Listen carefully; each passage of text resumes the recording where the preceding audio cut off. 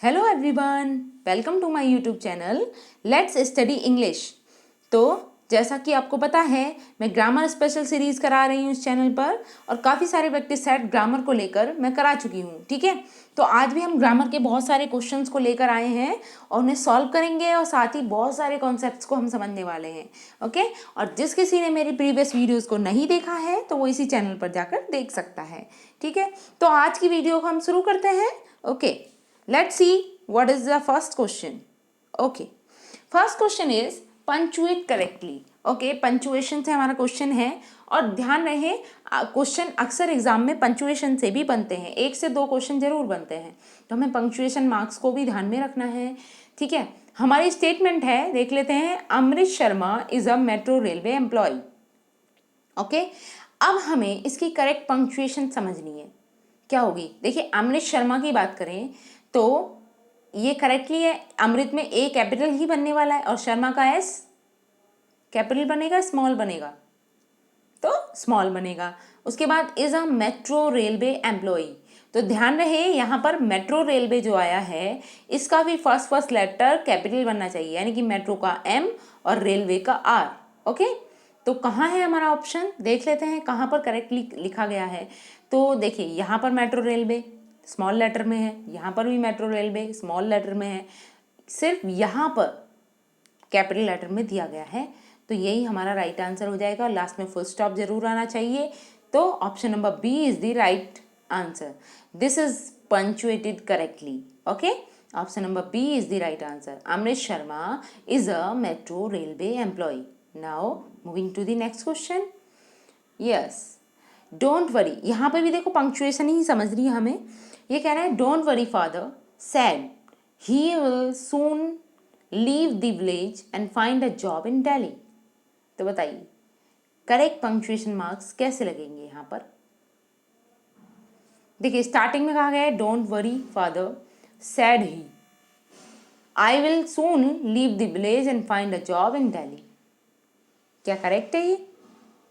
अगला है don't worry father sad he, I will soon leave the village and find a job in Delhi.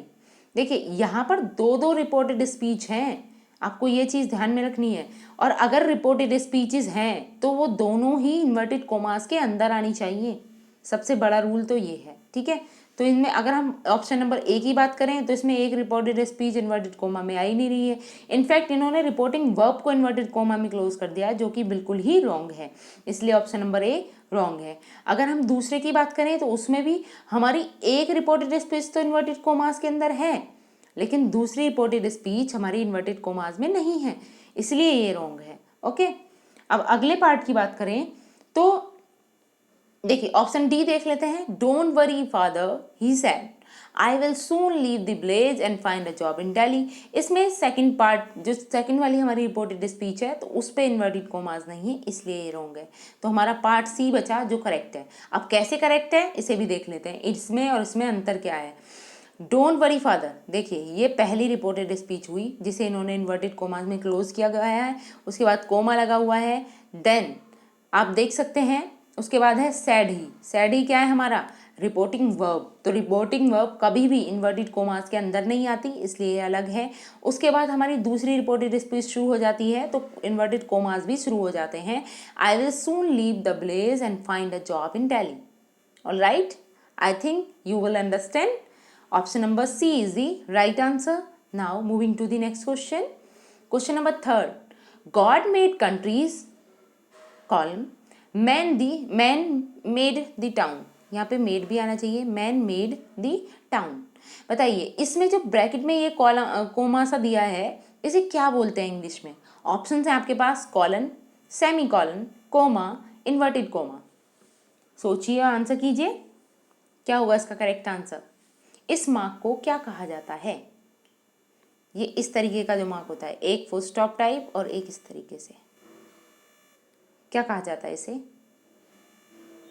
ये मेरा point कुछ सही नहीं बना है, माफ़ कीजिएगा इसके लिए। ओके, बताइए क्या कहते हैं इसे।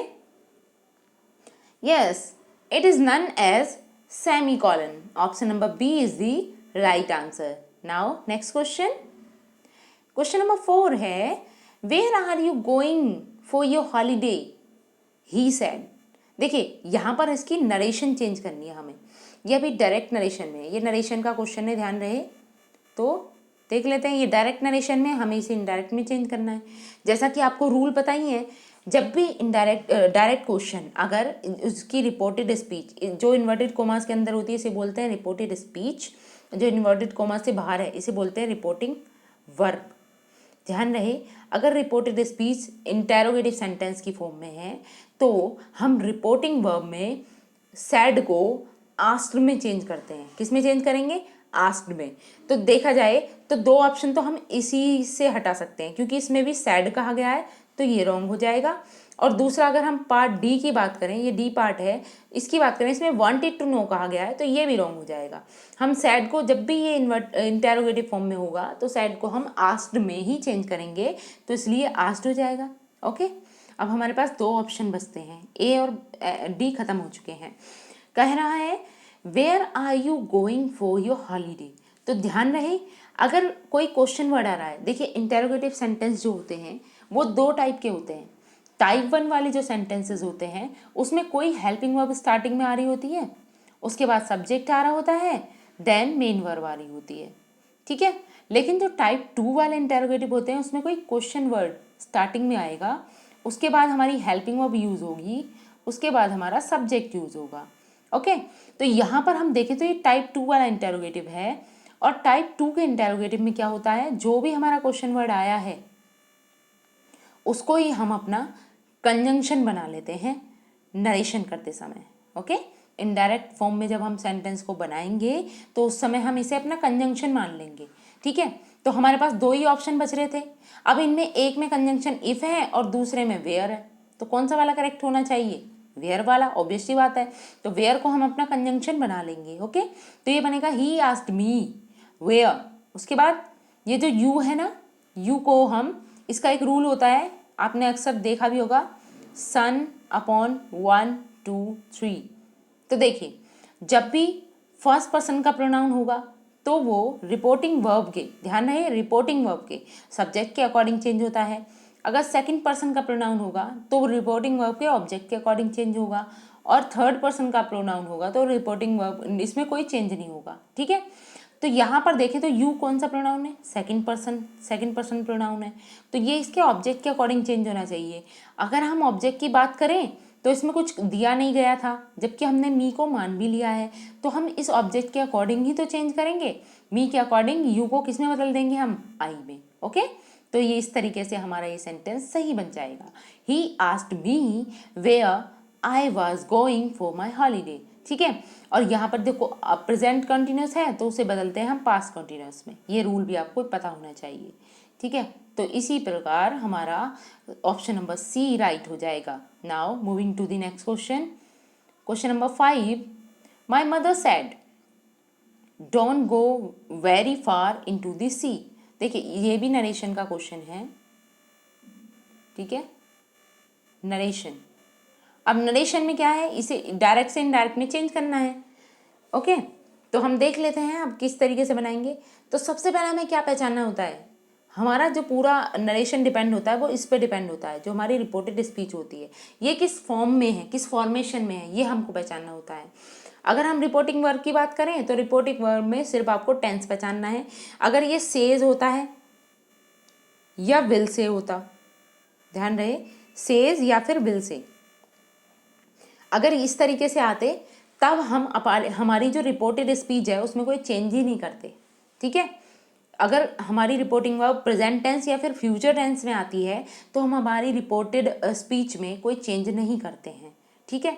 लेकिन अगर हमारी रिपोर्टिंग वर्ब पास्ट टेंस में है, जैसा कि हम देख सकते हैं यहाँ पे कैसे है, पास्ट टेंस में सैड आ रहा है, तो अगर ये पास्ट टेंस में है तब हम इसमें चेंजेस करते हैं, ठीक है।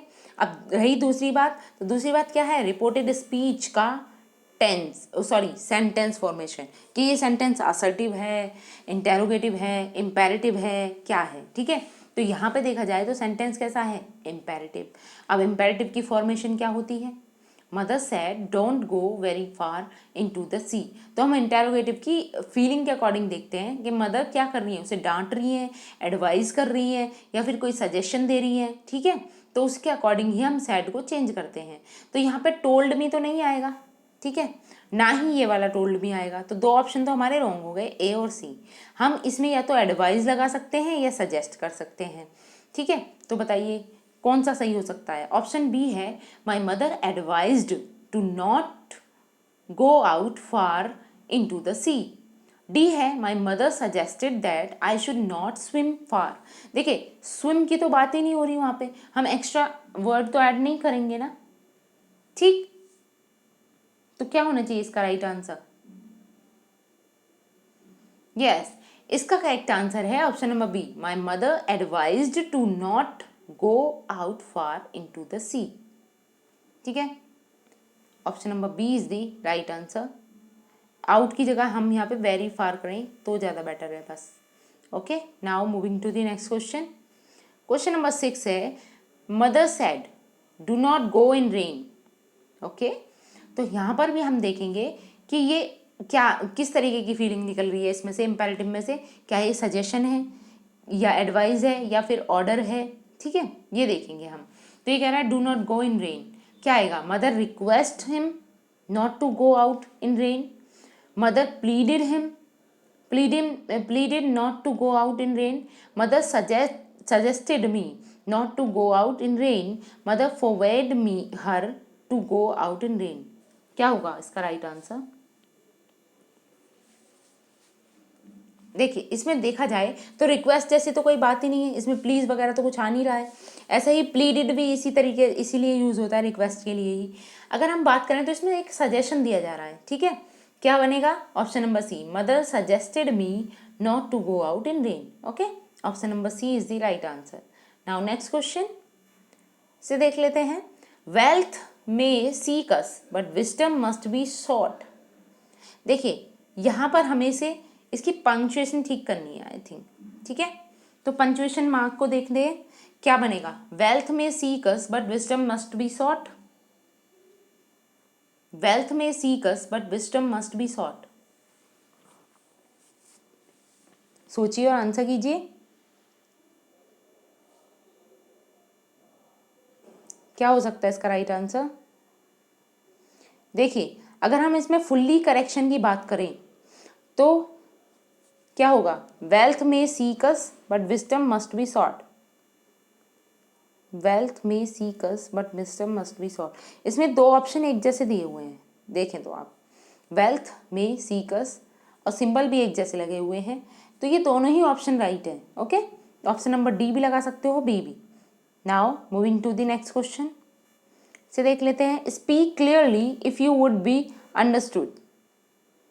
तो यहाँ भी पंक्चुएशन मार्क को देखना है किस तरीके से लगेंगे। ये कह रहा है speak clearly if you would be understood, तो देख लेते हैं कौन सा आएगा। Speak clearly if you would be understood, question mark. Next है speak clearly if you would be understood. Speak clearly if you would be understood, then exclamatory symbol. Next है speak clearly if you would be understood, full stop. कौन सा option right है?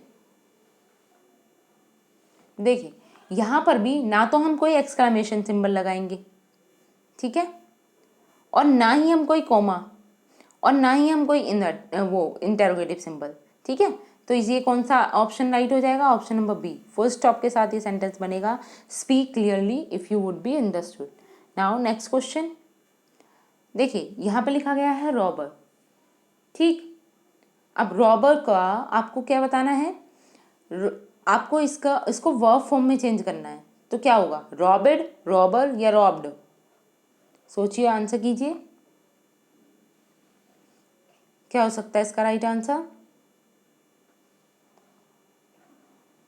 देखिए verb क्या आएगी इसकी, obvious सी बात है, इसकी वर्ब क्या बनेगी? ऑप्शन नंबर सी, रॉब्ड, ठीक है। रॉबर की वर्ब बनेगी robbed. Now moving to the next question, delivery. बताइए डिलीवरी की वर्ब फॉर्मेशन क्या होगी? ध्यान रहे ये अभी नाउन फॉर्म में चल रहे हैं, जैसे ये भी क्या था? ये भी एक नाउन था। ओके, सॉरी एक मिनट, यस, रॉबर क्या था? ये भी एक नाउन था। अब नाउन से हमें वर्ब फॉर्म बनानी थी, हमने रॉब्ड बना दिया। नेक्स्ट है, अब इसे देखते हैं डिलीवरी। तो डिलीवरी भी क्या है? ये एक नाउन फॉर्म है। अब नाउन फॉर्मेशन से इसकी वर्ब फॉर्मेशन करनी है, ठीक है। अब डिलीवरी से क्या वर्ब बनेगी? डिलीवर, डिलीवरेंस या deliverer? Very easy question. Option number A is the right answer, deliver. Okay, now next question से देख लेते हैं। ही ड्रिंक्स टी एवरी मॉर्निंग। तो बताइए ये कौन सा टेंस है? Very easy question. अक्सर टेंस पहचानने के क्वेश्चंस भी बनते हैं, तो आपको टेंस 12 के 12 टेंसेस की पहचान होनी चाहिए। तो देखिए यहाँ पर क्या किया जा रहा है, यहाँ पर रेगुलर एक्शन है, और जब भी किसी रेगुलर एक्शन की बात होती है या हैबिचुअल एक्शन की बात होती है तो वो कौन सा टेंस होता है? यस, वेरी इजी क्वेश्चन है, सिंपल प्रेजेंट टेंस होता है। प्रेजेंट सिंपल भी बोल सकते हैं, या फिर उसे क्या बोलते हैं? Present indefinite tense. ठीक है, तो तीनों तरीके से लिखा मिल सकता है आपको। आपको तीनों तरीके से प्रिपेयर होना चाहिए। प्रेजेंट इंडेफिनिट टेंस हो सकता है, सिंपल प्रेजेंट या प्रेजेंट सिंपल भी बोल सकते हैं, प्रेजेंट सिंपल। ठीक है, इस तरीके से। तो option number B is the right answer. Regular action वाला कोई भी सेंटेंस हो तो वो कौन सा होगा? सिंपल प्रेजेंट का। नाउ नेक्स्ट क्वेश्चन, यहाँ देखिए, आई एट माई फूड। बताइए कौन सा टेंस है? देखिए 12 के 12 टेंसेस में आपको पता होगा टेंसेस को तीन टाइम पीरियड में बांट दिया गया है, पास्ट, प्रेजेंट एंड लास्ट बचता है हमारा फ्यूचर। ठीक है, अब पास्ट के भी 4 पार्ट हैं, प्रेजेंट के भी 4 पार्ट हैं एंड फ्यूचर के भी 4 पार्ट हैं, और सबके नाम भी कॉमन ही है। जैसे अगर हम प्रेजेंट के 4 पार्ट्स की बात करें तो वो बनते हैं, पहला बनता है सिंपल प्रेजेंट टेंस, सिंपल बोल लीजिए, सिंपल प्रेजेंट टेंस। नेक्स्ट बनता है कॉन्टिन्यूस, यानी कि प्रेजेंट कॉन्टिन्यूस टेंस। ठीक है, और नेक्स्ट बनता है present perfect tense, present perfect tense. Next बनता है present perfect continuous, perfect continuous. ठीक है, तो ये 4 प्रकार के टेंस होते हैं। अब ये प्रेजेंट में भी होते हैं, ऐसे ही पास्ट में होते हैं, simple past tense, past continuous tense, past perfect tense और पास्ट परफेक्ट कॉन्टिन्यूस। इसी तरीके से फ्यूचर में भी होते हैं, simple future tense, future continuous tense, future perfect tense और फ्यूचर परफेक्ट कॉन्टिन्यूस टेंस। अब मैं आपको ये क्यों बता रही हूँ? क्योंकि आपको ध्यान रखना है कि 12 के 12 टेंसेज में केवल एक इकलौता एक ऐसा टेंस है जिसमें वर्ब की सेकंड फॉर्म का यूज होता है, वो भी कब? केवल और केवल असर्टिव सेंटेंस के साथ। ठीक है, अगर सेंटेंस नेगेटिव या इंटेरोगेटिव हो जाए तब भी यूज नहीं होता। तो केवल 12 टेंसेस में एक ही ऐसा टेंस है जिसमें वर्ब की सेकंड फॉर्म, ये इसकी कौन सी वर्ब की सेकंड फॉर्म है? ये ईट की सेकंड फॉर्म है, ईट, एट और ईटन। ठीक है, तो यहाँ पे ईट की सेकंड फॉर्म का यूज हुआ है एट का, जो वर्ब की सेकंड फॉर्म होती है, और पूरे 12 के 12 टेंसेस में केवल एक ऐसा टेंस है जिसमें वर्ब की सेकंड फॉर्म का यूज होता है असर्टिव सेंटेंस में। तो वो कौन सा टेंस है? सोचिए, आंसर कीजिए। उस टेंस का नाम है पास्ट सिंपल बोल लीजिए, सिंपल पास्ट, यानी कि option number B is the right answer. इसमें क्या होता है, जो असर्टिव सेंटेंस होते हैं उसके साथ तो हम पास्ट मतलब उसके साथ तो हम वर्ब की सेकंड फॉर्म यूज करते हैं, लेकिन अगर सेंटेंस नेगेटिव या इंटेरोगेटिव हो तब हम हेल्पिंग वर्ब डिड का यूज करने लगते हैं और प्लस वर्ब की फर्स्ट फॉर्म का यूज करते हैं। Okay, now moving to the next question से देख लेते हैं। I am reading a book. Very easy question. 12 tenses में सबसे इजीएस्ट अगर टेंस है तो आपको कॉन्टिन्यूस का टेंस ही मिलेगा। ठीक है, आप कोई सा भी कॉन्टिन्यूस ले लीजिए। अब इसका आंसर क्या होगा? सोचिए, जैसा कि मैंने हिंट तो आपको दे ही दिया है, जब ये कॉन्टिन्यूस का है यानी कि ए और बी तो हट गए, अब सी और डी में बताइए पास्ट कॉन्टिन्यूस है या प्रेजेंट कॉन्टिन्यूस है? तो देखिए, जब भी कोई सेंटेंस प्रेजेंट कॉन्टिन्यूस में होगा तो उसकी पहचान क्या होगी? उसमें helping verb is, are, am plus I N G आ रहा होगा वर्ब की फर्स्ट फॉर्म में, यानी कि verb V1 plus ING. Okay, और अगर पास्ट टेंस की बात करें तो इसमें हेल्पिंग वर्ब यूज हो रही होंगी वाज और वर प्लस वर्ब फर्स्ट और आईएनजी। ओके, तो हम देख सकते हैं यहाँ पे एम आ रहा है, तो एम कौन सी किसकी पहचान हुई? प्रेजेंट कॉन्टिन्यूस टेंस की, यानी कि option number C is the right answer. Okay, now next question. Yes, यहाँ पर फिल इन द ब्लैंक्स दिए गए हैं तो देख लेते हैं इन्हें भी।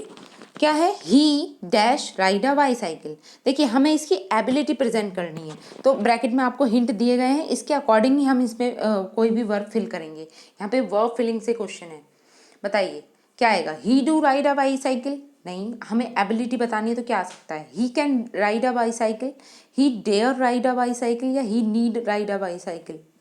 तो जैसा कि हम एबिलिटी को किससे रिप्रेजेंट करते हैं, कैन से, ठीक है, तो कैन ही लगा देंगे हम इसमें।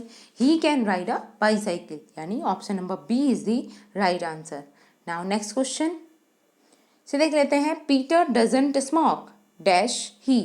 देखिए ये क्वेश्चन टैग का क्वेश्चन है, ठीक है। क्वेश्चन टैग कैसे बनाते हैं, तो जो भी हमारा सेंटेंस बनता है ना, उसी की हेल्पिंग वर्ब को लेकर क्वेश्चन टैग बनता है, ठीक है।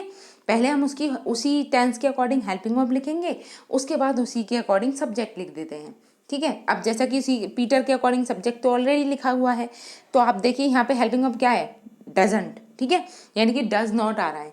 तो ध्यान रहे, अगर हमारा सेंटेंस नेगेटिव है तो फिर हम क्वेश्चन टैग कैसा बनाएंगे, पॉजिटिव, मतलब आगे वाला सेंटेंस कैसा बनेगा, पॉजिटिव बनेगा। और अगर हमारा सेंटेंस पॉजिटिव होता तो हम इसका क्वेश्चन टैग जो बनाते वो नेगेटिव बनाते।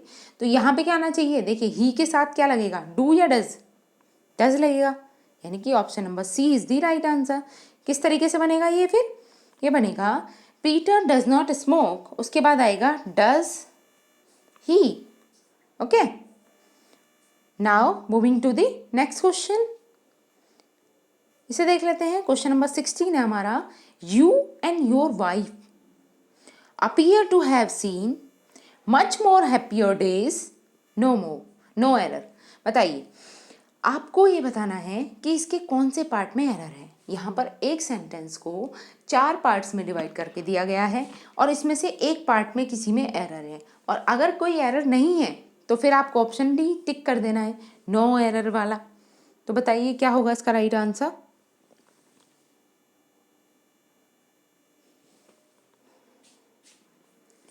देखिए अगर हम पहले पार्ट की बात करें, you and your wife correct है यहाँ, तो नेक्स्ट है अपीयर, अपीयर ही आना चाहिए क्योंकि सब्जेक्ट 2 है, मतलब सिंगुलर नहीं है, प्लूरल है, तो प्लूरल के साथ अपीयर ही लगाएंगे। अपीयर टू हैव सीन, ये भी सही है, लेकिन यहाँ देखिए मच मोर हैप्पियर, यहाँ पे थोड़ा ओवरफ्लूअस हो गया है, तो मच मोर नहीं आएगा यहाँ पे, ठीक है। या तो मोर हैप्पी, हैप्पियर और मोर तो एक साथ आ ही नहीं सकते, हैप्पियर भी दिया गया है, मोर भी दिया गया है, इसलिए ये रॉन्ग है। तो ऑप्शन नंबर सी में, यानी कि पार्ट सी में हमारे एरर है, ओके। नाउ नेक्स्ट क्वेश्चन, इसमें देख लेते हैं, इसमें भी एरर फाइंडिंग का ही क्वेश्चन है ये, एरर फाइंडिंग। आई होप मेरी हैंड राइटिंग समझ आ रही होगी आपको। हाँ, एरर फाइंडिंग से क्वेश्चन है, एक सेंटेंस को 4 पार्ट्स में डिवाइड करके दिया गया है। पहला पार्ट है नोबडी वाज प्रिपेयर्ड, बी है to give up their seat to the old man bending on a stick, no error. किस पार्ट में एरर है इसके, सोचिए और आंसर कीजिए।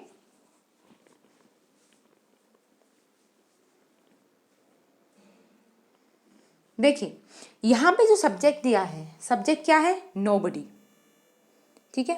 अब सब्जेक्ट को हम कैसा मान रहे हैं, सिंगुलर मान रहे हैं, तभी तो इसके साथ वाज का यूज हुआ, यानी कि ए पार्ट में कोई एरर नहीं है। नोबडी क्या होता है, एक सिंगुलर सब्जेक्ट ही होता है, ठीक है। अगर ये एक सिंगुलर सब्जेक्ट है तो इसके साथ वाज आना राइट है, और उसके बाद प्रिपेयर, ठीक है, तो पार्ट ए में कोई एरर नहीं है। लेकिन अगर हम पार्ट बी की बात करें तो इसमें कहा गया है to give up their seat, तो यहाँ पर देयर ना आके क्या आना चाहिए, देखिए सब्जेक्ट के अकॉर्डिंग ही तो हम पजेसिव केस लगाते हैं, ठीक है। तो सब्जेक्ट अगर सिंगुलर है तो हम पजेसिव केस देयर थोड़ा ना लगाएंगे, देयर की जगह क्या लगाएंगे, इट्स लगा सकते हैं या हिज लगा सकते हैं, ठीक है, दोनों लग सकते हैं, इट्स या फिर हिज, ठीक। तो कौन से पार्ट में एरर हुआ, पार्ट बी में एरर है, okay. Now moving to the next question, यहाँ भी एरर फाइंडिंग का ही क्वेश्चन है। क्वेश्चन नंबर 18, ए पार्ट है no sooner the bell ring then all students ran out of their classes helter skelter, no error. बताइए कौन से part में एरर है, सोचिए और आंसर कीजिए, क्या हो सकता है इसका राइट आंसर।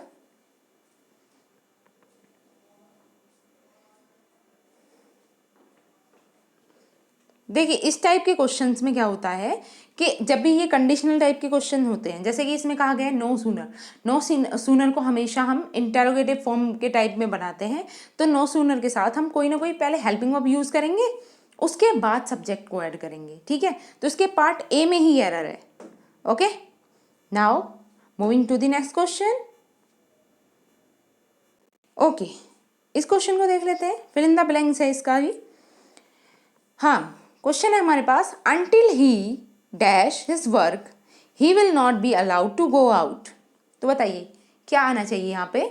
ऑप्शन है आपके पास, finishing, will have finish, not finishes, finishes. ये भी एक कंडीशनल क्वेश्चन है और इसमें विल नॉट दिया गया है, ठीक है, विल भी दिया गया है, मतलब फ्यूचर की बात की गई है। और ध्यान रहे कंडीशनल सेंटेंसेस में 2 बार विल का यूज़ नहीं करते हैं हम, ठीक है। तो इसलिए विल हैव फिनिश तो नहीं आएगा, यानी कि एक बी पार्ट तो कट चुका है। अब आपके पास बचते हैं 3 ऑप्शंस, बताइए इनमें से क्या हो सकता है।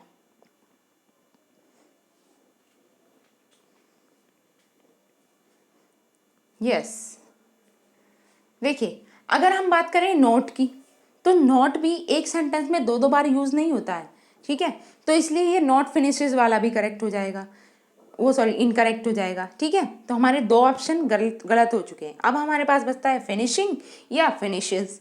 तो ध्यान रहे फिनिशिंग कब यूज़ होता है, फिनिशिंग हमेशा एक हेल्पिंग वर्ब लेके चलता है साथ में, या तो वाज वर्ब लग रहा होगा या फिर इज आर एम लग रहा होगा, तभी तो आईएनजी वाली फॉर्म लगेगी, ठीक है, कॉन्टिन्यूस वाली। ओके, तो इसलिए फिनिशिंग भी रॉन्ग हो जाएगा। तो इसमें सही आंसर क्या होगा, option number D, finishes. Until he finishes his work he will not be allowed to go out. Option number D is the right answer. Now moving to the next question. Question number 20. Much dash since you left this place. तो बताइए, options हैं आपके पास, happened, was happened, has happened, be happening। क्या आएगा, सोचिए और answer कीजिए।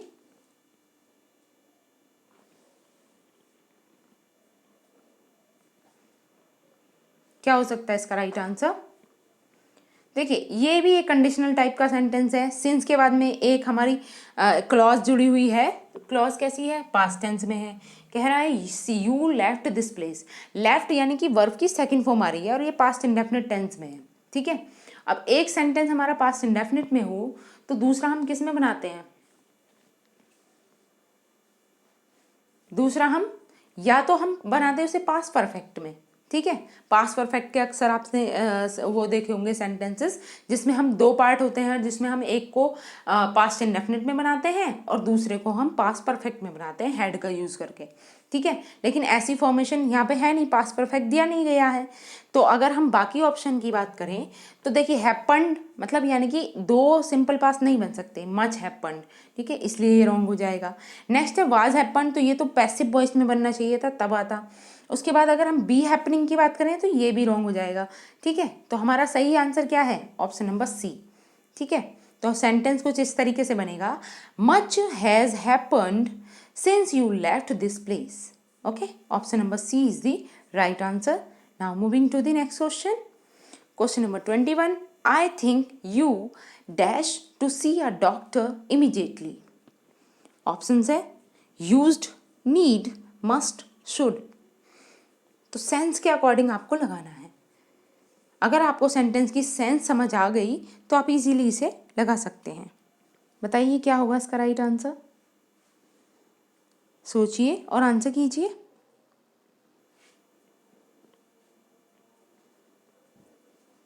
Yes, देखिए यूज्ड का यूज़ कब करते हैं हम, ज़्यादातर हमारी पुरानी हैबिट को रिप्रेजेंट करने के लिए हम पुराने समय में यूज टू का यूज़ करते हैं ना, पुराने समय की बातों को बताने के लिए कि हम पहले करते थे और अभी हमने छोड़ दिया है, ठीक है, इस तरीके से। अब अगर हम मस्ट की बात करें तो ये तो मतलब इमरजेंसी वाली चीज़ हो गई, या मस्ट मतलब करना ही चाहिए, ठीक है। शुड भी उसी फॉर्म में आता है। लेकिन इस सेंस को देखें तो सेंस के अकॉर्डिंग यहाँ पे नीड फिट बैठता है। I think you need to see a doctor immediately. Okay, option number B is the right answer. Now next question, question number 21, the news pleased him. तो बताइए, अब इसकी वॉइस चेंज करनी है। अब हमारे वॉइस चेंज के क्वेश्चन आए हैं, एक्टिव से पैसिव वॉइस में चेंज करने वाले, ठीक है। द न्यूज़ प्लीज्ड हिम, तो बताइए इसकी पैसिव वॉइस फॉर्म क्या बनेगी? He was pleased by the news, he was pleased with the news, he was pleased to the news.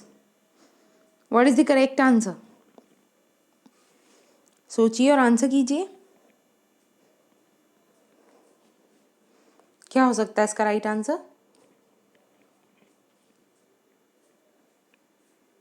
जैसा कि पैसिव फॉर्म में किस तरीके से उसकी फॉर्मेशन होती है, तो हम जो हमारा ऑब्जेक्ट होता है उसे हम अपना सब्जेक्ट बना लेते हैं, जैसा कि इन तीनों सेंटेंसेस में दिया गया है, ठीक है। उसके बाद अगर हम सेंटेंस की बात करें, टेंस की बात करें, तो टेंस ये सिंपल पास्ट में था, और अगर सिंपल पास्ट में है तो हम जब पैसिव वॉइस बनाएंगे तो उसमें हेल्पिंग वर्ब क्या यूज़ करेंगे? वाज वर का, ठीक है। वाज वर के साथ हम, यानी कि वाज वर सिंगुलर सब्जेक्ट है तो वाज, और प्लूरल सब्जेक्ट है तो वर, प्लस वर्ब की थर्ड फॉर्म का यूज़ करेंगे। तो ये फॉर्मेशन भी तीनों में है। Clear? He was please, he was please, he was please. तो अभी तक तो हमारा कोई डाउट क्लियर नहीं हुआ। अब आगे देखें तो आगे एक में कहा गया टू द न्यूज़, एक में है विद द न्यूज़, और एक में है बाय द न्यूज़। तो कौन सा सही होगा? ध्यान रखें कि पैसिव वॉइस में जरूरी नहीं है कि हर बार बाई का ही यूज़ हो, ठीक है। बाई का यूज़ ज़्यादातर हम लिविंग थिंग्स के लिए करते हैं, और न्यूज़ क्या है? नॉन लिविंग थिंग है, ठीक है। तो नॉन लिविंग थिंग्स के साथ हम विद का यूज़ भी कर सकते हैं। तो इसका राइट आंसर हो जाएगा option number B, he was pleased with the news. Okay, now moving to the next question. Question number 23, we may finish the work soon.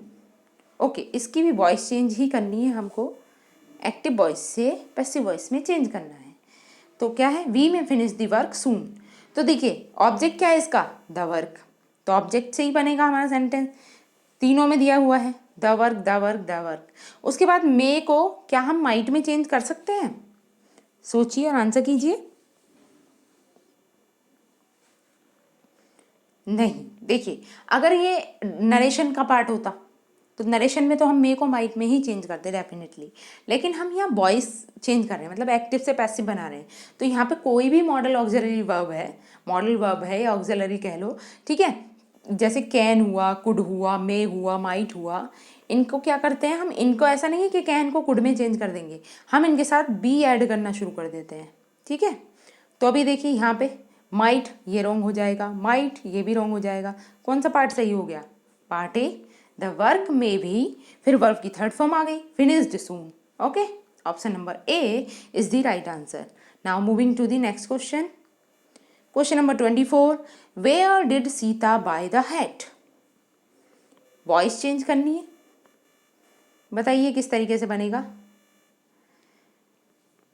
Yes, option है आपके पास, where Sita bought the hat, from where did Sita bought the hat, where was he hat bought by Sita. देखिए ही ना होके यहाँ पे ये स्पेलिंग एरर हुई है, यहाँ लिखिए द हैट, ठीक है। Where was the hat bought by Sita, कौन सा ऑप्शन राइट है?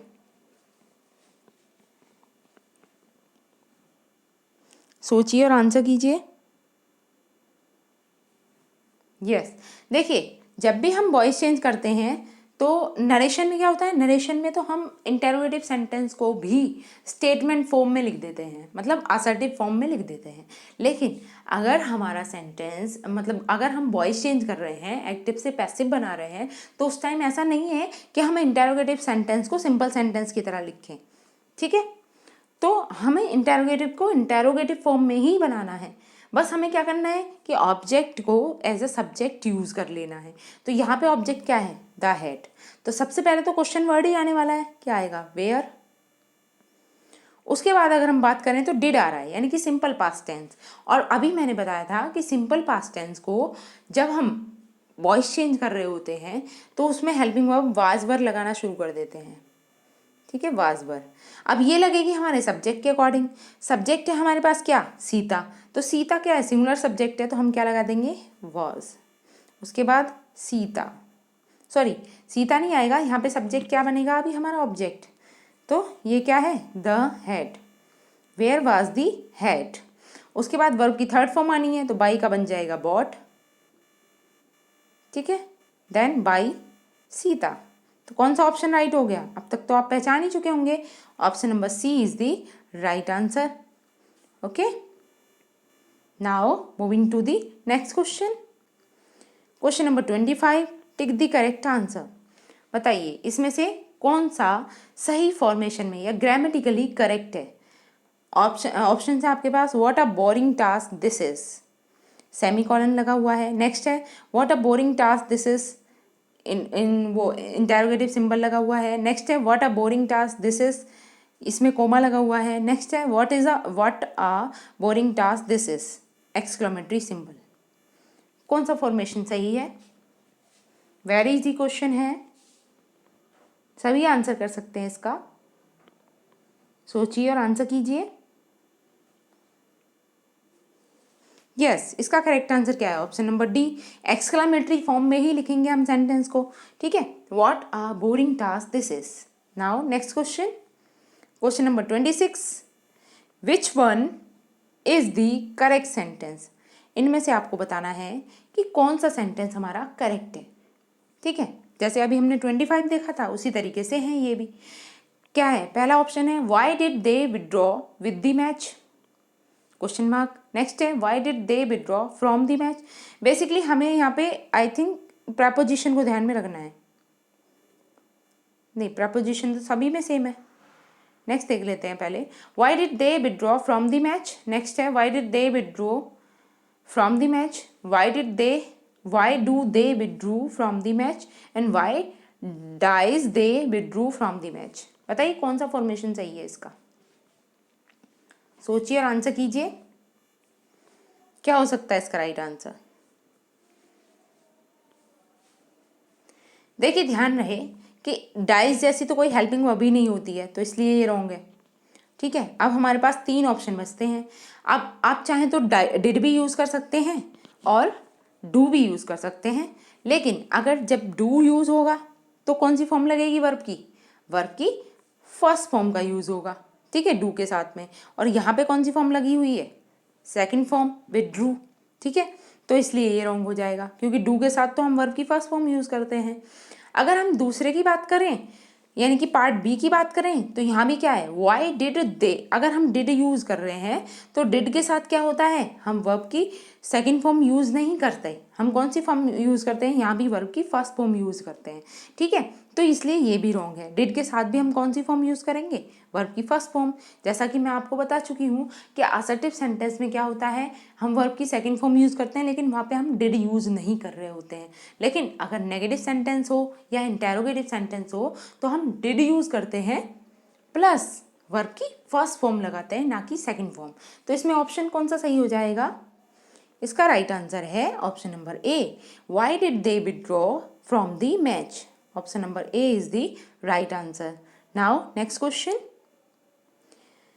Which one of the following sentence is correct. बताइए नीचे दिए हुए सेंटेंसेस में से कौन सा सेंटेंस आपको राइट लगता है? ग्रामेटिकली करेक्ट होना चाहिए, ठीक है। ऑप्शन ए है the ship let go its anchor, B है let the ship go its anchor, C है let its anchor go the ship, D है its anchor let ship go. क्या होगा इसका राइट आंसर? सोचिए और आंसर कीजिए।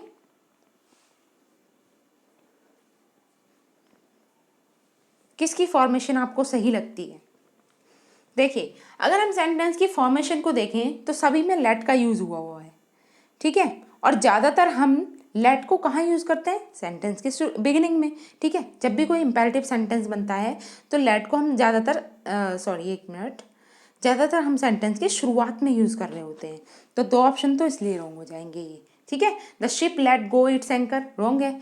नेक्स्ट अगर डी देखें, इट्स एंकर लेट शिप गो, कोई मीनिंग नहीं बन रहा, ये भी रॉन्ग है। अब हम बी और सी में बात करें तो क्या आ रहा है? Let the ship go its anchor या फिर let its anchor go the ship. देखिए हमेशा ध्यान रखना कि जब भी कोई मतलब इम्पेरेटिव सेंटेंस होता है तो उसमें या तो हम सब्जेक्ट को शुरू में ले रहे होते हैं या फिर हम डायरेक्ट लेट के बाद वर्ब का यूज़ कर रहे होते हैं। कभी भी लेट के बाद कोई ऑब्जेक्ट का यूज़ नहीं होता है। तो यहाँ पे इट्स एंकर क्या है? एक ऑब्जेक्ट है, ठीक है, तो हमें ऑब्जेक्ट नहीं लगाना है, हमें क्या लगाना है लेट के साथ, या तो सब्जेक्ट या वर्ब।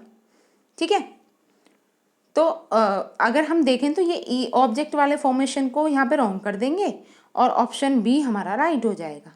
ठीक है, let the ship go its anchor. Okay, now moving to the next question से देख लेते हैं, just a minute. Yes, the antonym of agile, agile का एंटोनियम बताना है, क्या होता है। ऑप्शन है आपके पास स्विफ्ट, हार्ड, फीबल, स्लो। क्या होगा इसका राइट आंसर?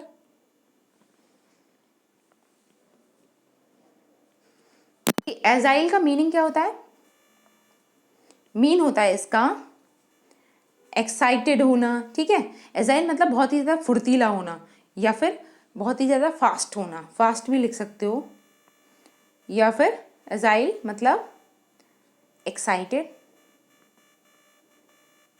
ठीक है, जब इसका मतलब बहुत ज़्यादा फास्ट से है तो इसका अपोजिट क्या हो जाएगा? स्लो।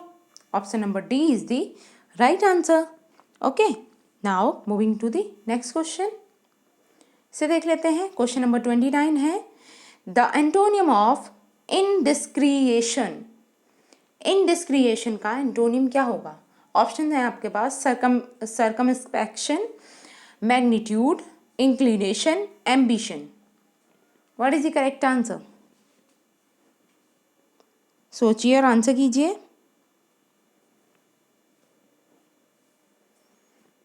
इनडिस्क्रिएशन का एंटोनिम क्या होता है?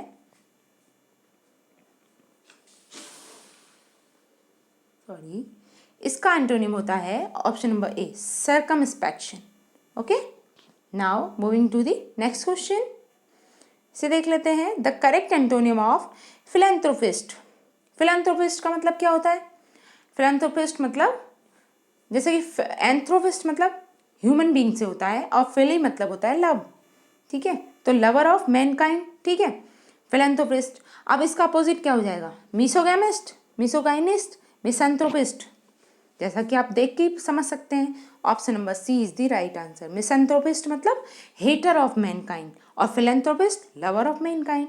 ओके, मैनकाइंड नहीं, सॉरी, मैनकाइंड। ओके, तो बस आज के लिए हमारे पास इतने क्वेश्चन थे। आई होप मेरी ये वीडियो आपको अच्छी लगी होगी।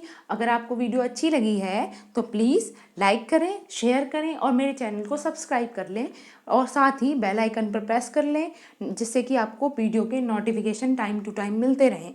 ठीक है, हम बहुत ही ज़्यादा इंपॉर्टेंट टॉपिक्स को लेकर काफ़ी सारी वीडियोज़ कर चुके हैं और आगे भी हम कंटिन्यू करने वाले हैं।